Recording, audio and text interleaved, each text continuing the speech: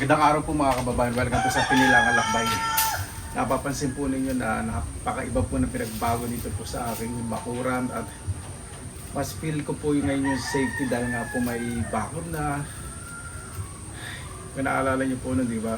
May malambat po dito, may mga tanim mga gulay. Ngayon hindi po ako makapagtanim ng mga gulay kasi ito po kasing daanan naglulumot. So minimize ko po ngayon ang pagtatanim po ng halaman sarap.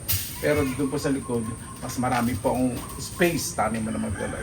Away safe po lahat. Samahan po ninyo ako sa improvement po ng aking bakuran.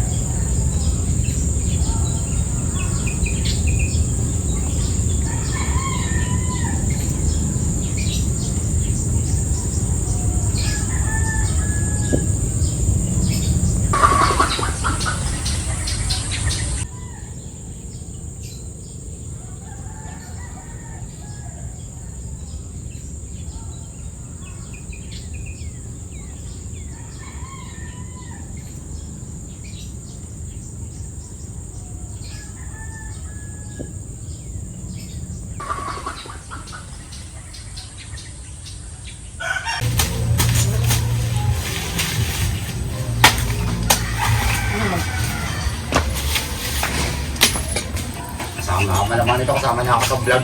Nag-VA din siya.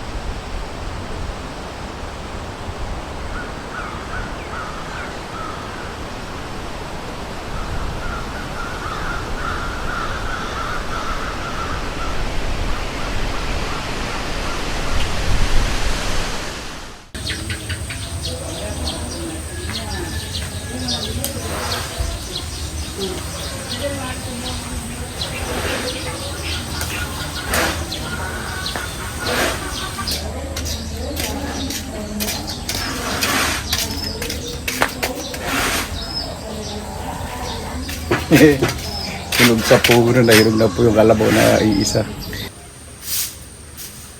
Maalala po ninyo dati yung may upuang kawain po dito. Pinasok po doon sa loob ng bahay para hindi mabulok. Kasi po dito, binabahay na langgam sa inaanay. Ngayon, ay nako. Sarap po ng pakiramdam. Kaya po ganito yung pinabakot ko mababa kasi gusto ko po umikot o nagsisirculate po yung hangin. Hindi naman po kailangan na masyadong mahal yung pagbabakot. Depende po sa gusto po ninyo. Ito po yung gusto ko po kasi simple.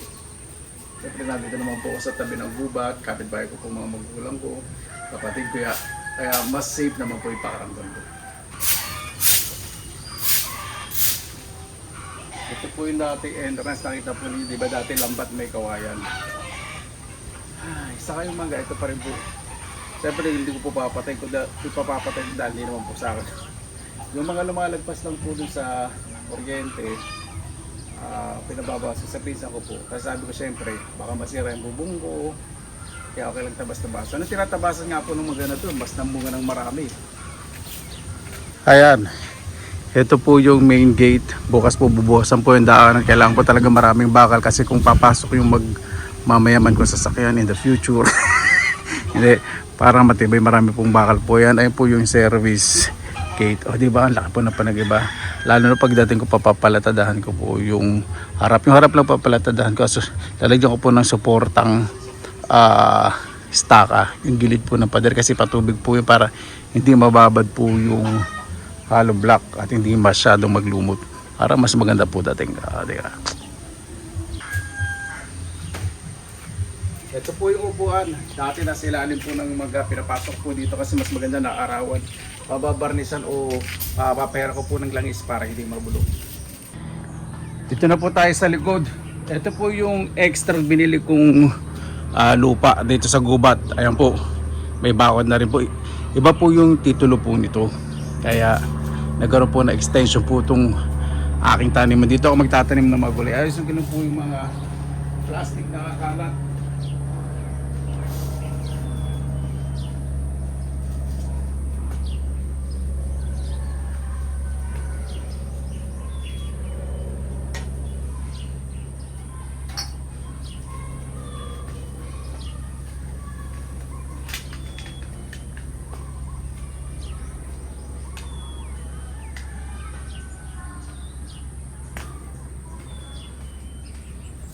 Patambak din po ako dito kung maalala nyo po dati, di ba? Maputik po ito, magubat, madamo. Ngayon po, nabakuran mas gumanda. Sabi ko sa mga kapatid ko, magtanim-tanim po sila ng mga gulay dahil napaganda po ng lupa. Garden soil po yung pinatambak ko dito kahit na medyo may kamahalak, di naman kayo magsisisi. Kasi kung ano po kayo, may sarili kayong bakuran, mahilig kayong magtanim, kahit na magdagdag kayo ng few hundred pesos para sa garden soil, gawin po niyo para mas maganda po yung nurture o ibig sabihin yung magiging tatambakan ng lupa para yung mga bulate pagbahayan po at pag nagtanim kayo hindi nyo na po kailangan bumili ng mga mamahaling fertilizer. At heto naman po yung other side, natatandaan nyo po yung langka, yung mangga po medyo pinatabasan ko. Pinatabasa ko lang po ng sanga yung mangga na nakadikit po doon sa bahay kasi siyempre masisira yung bubong. Pero yung taas po niyang mangga na yan, maraming sanga. So yung balag, yung last year na pinagawa ko po, ayan, puno-puno po ng bataw ngayon, in-invade ng bataw. Pero yung iniwan ko daw po mga pipino, ang dami daw pong bunga dyan. So pumalin na po yung bataw. O diba? Pinatambakan ko na rin po ito para sa mga kapatid ko na gustong magtanim po dito ng mga gulay, hindi na po sila mahirapan maglakad-lakad po dito.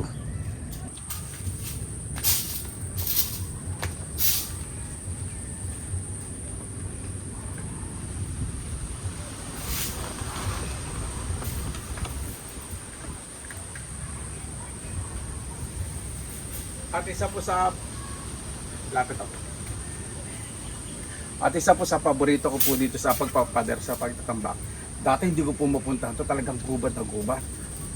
Puro baging, puro puno ng tibig, matataas na damo. Ngayon pinatambakan ko po, kasi di ba nagtanim po ko ng saging noong nakaraan. uwi ko po. Imagine few months lang, 4 months, ayan po. Ito po yung bungulan, may bagong puso na naman pong labas. At doon naman po yung sa mga kasi paborito kong lugar kasi nakalalakar ko na dati po napakalalim ng hukay dito. Nilidya ko ng gabi. Siyempre ginastosan ko po talaga to sa panambak saka sa pagpapader kasi in the long run, ibig sabihin in the future, dito po sa amin sa Bulacan talaga tumataas po ang value ng lupa. So lalo na po pag ganito, imagine yung value po talaga dito from 10% ang tinaas po umaabot na ng 100%. Hindi po ako nagjo-joke kahit research po ninyo dito sa Bulacan dahil itatayo nga po dito yung pinakamalaking airport, kaya yung value po ng lupa at syempre po nung bumili po ako nito kamurahan at ngayon po yung tapos nga na po bayaran lahat, sobra po ako nagpapasalamat sa Panginoon. At ang pinakamasarap ito yung pag-iingat po ninyo pag hindi nyo po minamadali dahil nasusunod yung gusto niyo sa dahan-dahan na pagpapaayos sa property po ninyo, worth. Kasi ganito lang po, gusto ko simple, na-enjoy ko po yung every detail po dito sa bakuran ko. Dati po, di ba, nagwawalis po ako dito, mababa po itong lupa, ngayon napakataas na. So ipatataktak ko na lang po, at saka pag umulan bababa po yung lupa na yun, magiging patag. Kaya medyo winawalis-walis ko para mapantay yung lupa. Pasarap po. Tignan. Dahil yung mga puno dito, mas mga tataba. Ay nako. Napakabait po talaga ng Panginoon, ano? Hindi sa buhay ko, sa panaginip ko. Alam ko lang sa panaginip ko lang mangyayari, pero yung mga ganitong bagay, minsan po talaga nakadilat pa yung mata ko bago matulog na. Sasabihin ko, Panginoon, maraming salamat po kasi ay nako, dati sa pangarap ko lang po talaga inisip yung ganito. Ay nangyayari po talaga, parang hindi pa po nagsisingkit po talaga kahit sa utak ko po ngayon talaga. Pagising ko po, tagal ko po dito nakatitig, talagang bang nangyari ito? Talaga bang hindi ba ako nananaginip? Maging mabuti lang po tayo sa kapwa.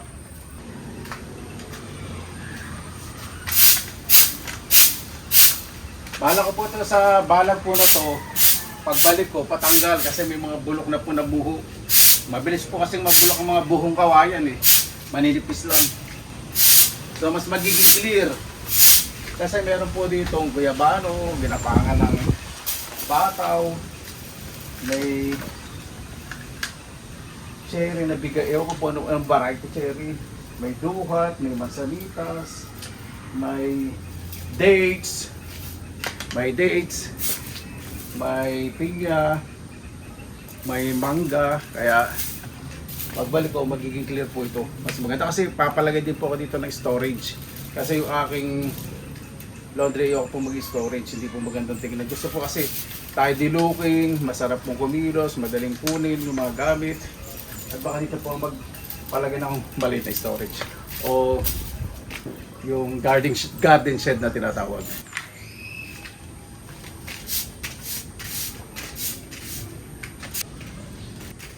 Napansin po ninyo, nilutoan ko, nilagay ko puron kasi para mas spacious. Tapos naglagay po ko ditong arc. Tapos meron ditong magandang variety ng grapes na grape plant. So nandiyan po buhay na. Ito po yung nasa ilalim ng balag na kala ko mamamatay niya. Tinanggal ko po, nilipat ko rito kasi nga yung bataw, in-invade na yung balag. So nilagay ko po dito, nagdako ng maayos. Tapos yung mga bonsai ng kapatid ko, sa akin na yan. Sabi ko, remos ng bonsai. Lalagay ko po sa harap to.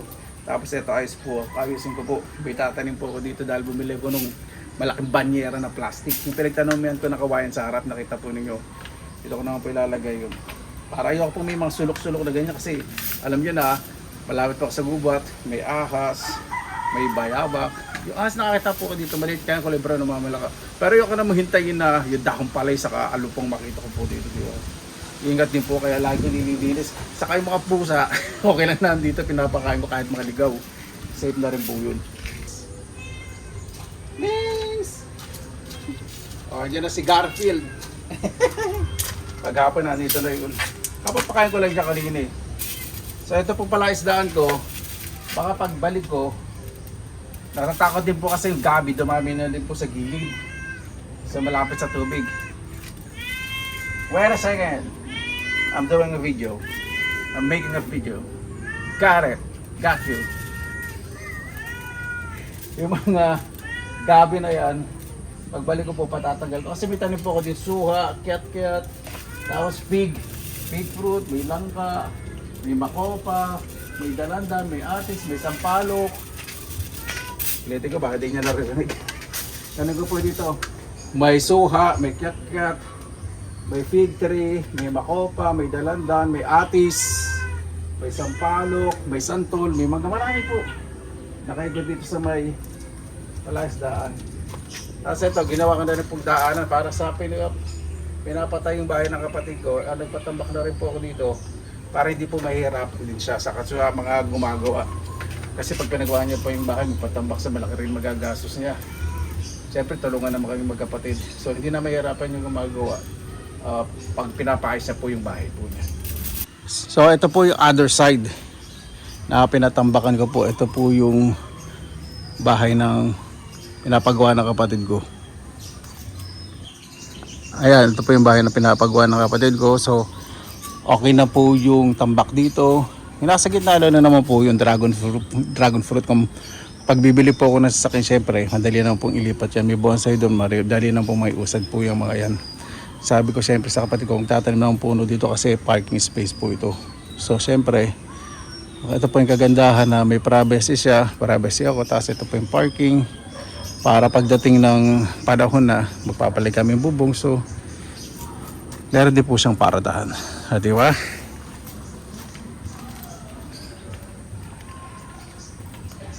Yun nga po pala, ang ganda po dito sa garden soil po na to na nabili ko, ewan ko ano, pag umulan hindi po siya maputik, napakaganda, saka ang daming bulate, kaya napakataba. Yung mga buto ng saluyot, yung kangkong, yung mga gabi tumutubo pa rin dito. Pero pag may mga damo tinatanggal ko po. At ito po yung other side. Pag gumagawa po dito, yung mga gumagawa, inaayos ko po yung gabi nila, nalagay ko po sa terrace kasi siyempre baka bigla umulan, kalawangin po yung iba. Alam naman po nila na masino po ako, saka nawala na naman sarili ko. Saka natutuwa po sila kasi sinisinop ko po yung mga gamit po nila. Paano po? Maraming salamat na naman po sa inyong oras na inlaan sa Pinilangan Lakbay. Basta lagi po tayong positive vibes, good vibes. God bless, ingat po lagi, magandang araw. Laban na!